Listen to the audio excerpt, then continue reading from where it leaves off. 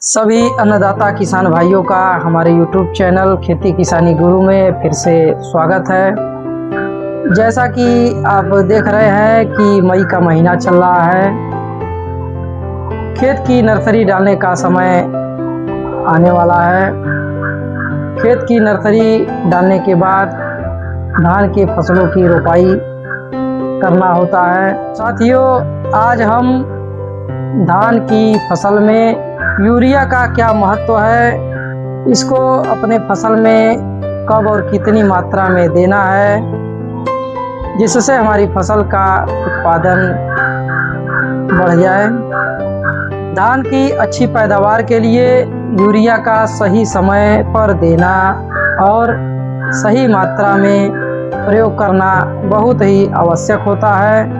कई किसान एक साथ बहुत सारा यूरिया खेतों में डाल देते हैं, जिससे फायदा कम और नुकसान ज़्यादा हो जाता है। धान की रोपाई करने के एक सप्ताह के बाद उसमें 35 से 40 किलोग्राम यूरिया प्रति एकड़ के हिसाब से खेतों में समान रूप से बिखेर देते हैं।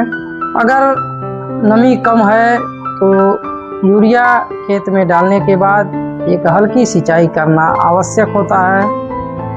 अगर खेत में पानी लगा हो तो उस समय यूरिया का प्रयोग न करें। इसके बाद रोपाई के 20 से 25 दिन हो जाने के बाद एक बार फिर से 35 से 40 किलोग्राम यूरिया प्रति एकड़ के हिसाब से अपने खेतों में बिखेर देते हैं। इस समय पर यूरिया का प्रयोग करने से धान के पौधों से कल्ले अत्यधिक मात्रा में निकलते हैं, पौधे की तने भी मजबूत हो जाते हैं, फसलों की गिरने की संभावना बहुत कम हो जाती है।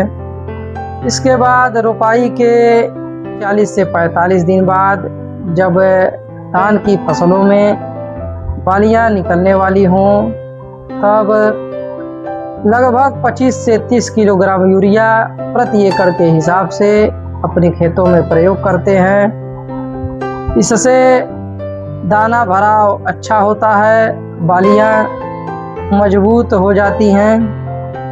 धान की फसल में यूरिया सुबह या शाम के समय में ही खेत में डालें।